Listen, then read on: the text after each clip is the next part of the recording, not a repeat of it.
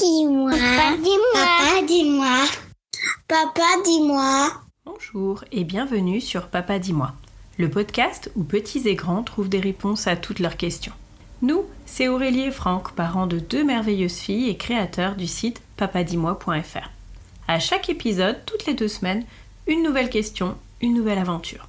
Alors, installez-vous bien, on embarque ensemble pour explorer la question du jour. Salut Aurélie, aujourd'hui on a une question qui sent bon internet. Papa, dis-moi, c'est quoi un blog ?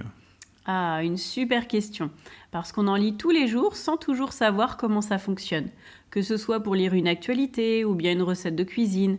Et puis nous-mêmes, on en tient plusieurs avec Papa dis-moi, Cultive ton hume et toi sur le sujet du développement web. Exactement. Alors un blog, c'est un site web où on publie régulièrement des articles sur un sujet important pour nous.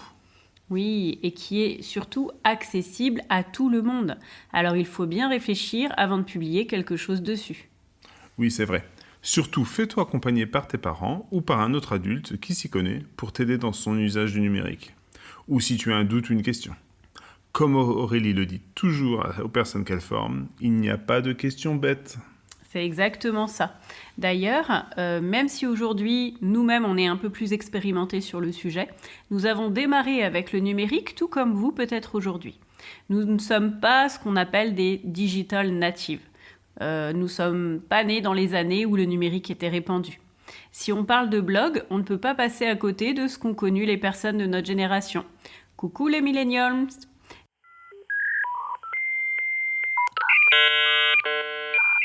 Je veux parler des skyblogs. Ah là là, les skyblogs. Chers enfants, écoutez bien. Avant TikTok et Instagram, notre génération avait ça, le skyblog. C'était le truc à avoir au collège. Tu créais une page, tu mettais des fonds ultra colorés avec des paillettes et des étoiles qui clignotaient. C'était un peu comme un journal intime, mais ouvert à tout le monde. Et surtout, la playlist automatique qui lançait la musique à fond dès qu'on arrivait sur la page. Quel souvenir.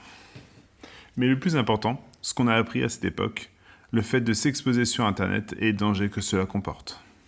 Oui, et au final, ça nous a appris à écrire des articles, à personnaliser un site et même à gérer nos premiers commentaires. Bref, c'était notre premier contact avec ce qu'on appelle le blogging.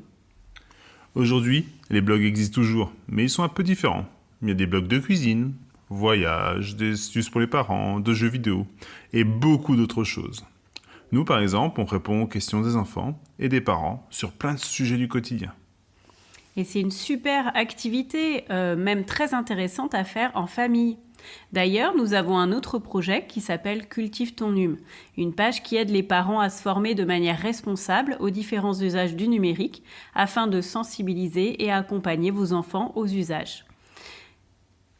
Tu y as d'ailleurs posté un article sur comment créer un blog familial pour apprendre de manière amusante et à utiliser Internet. Oui, ça apprend à structurer ses idées, à écrire de façon claire et surtout à faire attention à ce qu'on publie.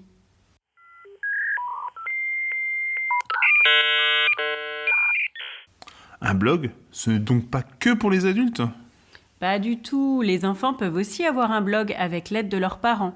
Ils peuvent partager leurs dessins, écrire sur leurs passions ou raconter des histoires. Par contre, règle d'or, ne jamais mettre d'informations personnelles en ligne. Pas de nom de famille, pas d'adresse, pas de numéro de téléphone. Ah, justement, ça me rappelle un truc, un ado qui avait un blog où il partageait ses créations de BD. Il était super talentueux, mais il avait mis son adresse email en clair. Résultat, il a commencé à recevoir plein de messages bizarres. Heureusement, ses parents ont vite réagi et l'ont aidé à sécuriser tout ça. C'est pour ça qu'il faut toujours garder un œil sur ce que les enfants publient et leur apprendre les bonnes pratiques.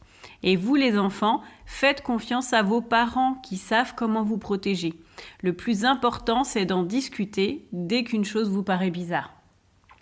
Et puis, il y a plein d'autres choses à savoir en matière de sécurité. Oui, déjà les images. On ne peut pas prendre n'importe quelle photo sur Internet parce qu'il y a ce qu'on appelle des droits d'auteur. Et également, faites attention aux photos de vous-même. Et puis, il faut aussi penser à la protection contre les cyberattaques. Un bon mot de passe, des mises à jour régulières du site, et surtout ne pas cliquer sur n'importe quel lien qui pourrait vous emmener sur des endroits sur Internet qui sont pas beaux. Oui, tu te souviens, Franck, du faux mail qu'on a tous reçu nous disant qu'on avait gagné un iPhone? Ah oui, le célèbre. Félicitations, vous êtes l'heureux gagnant. On a déjà tous au moins une fois reçu cette arnaque. C'est justement pour ça qu'un blog peut être un bon moyen d'apprendre à utiliser Internet de manière responsable et sécurisée.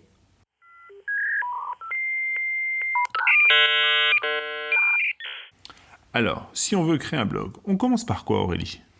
Il existe plein de plateformes gratuites. On peut citer WordPress, Blogger ou Wix. Et surtout, il faut choisir un sujet qui nous passionne, parce que sinon, on abandonne très très vite. Et pas besoin d'être un expert en informatique. En plus, ça développe plein de compétences utiles. Savoir écrire, structurer ses idées, ajouter des images et même apprendre un peu de design. Bon, on résume. Un blog, c'est une façon de partager ses idées avec le monde, d'apprendre plein de choses et de s'amuser, à condition de respecter certaines règles de sécurité. Donc protégez-vous pour profiter au mieux du numérique. Exactement. Et notre conseil est de le faire en famille. Ça peut être un super projet à faire ensemble pour partager beaucoup de choses. D'ailleurs, si vous voulez aller plus loin, on en parle sur Cultive ton Hume. Et on n'oublie pas que pour les réseaux sociaux qui sont différents d'un blog, une majorité numérique a été mise en place. Il n'est pas possible et non recommandé de s'inscrire seul sur les réseaux sociaux avant l'âge de 15 ans. Ensemble, luttons contre le cyberharcèlement. À bientôt pour un prochain épisode de Papa Dis-moi. À bientôt! Et voilà, cet épisode de Papa Dis-moi touche à sa fin. Merci beaucoup de nous avoir écoutés. On espère que cette réponse vous a plu et que vous êtes maintenant aussi curieux que nous pour le prochain épisode. Si vous avez aimé, n'hésitez pas à nous soutenir en laissant une note et un commentaire sur votre plateforme d'écoute préférée. Ça nous aide vraiment à faire connaître Papa Dis-moi et à toucher d'autres petits curieux comme vous. Et bien sûr, pensez à vous abonner pour ne rater aucun épisode. On revient toutes les 2 semaines avec une nouvelle question qui nous fera découvrir le monde ensemble.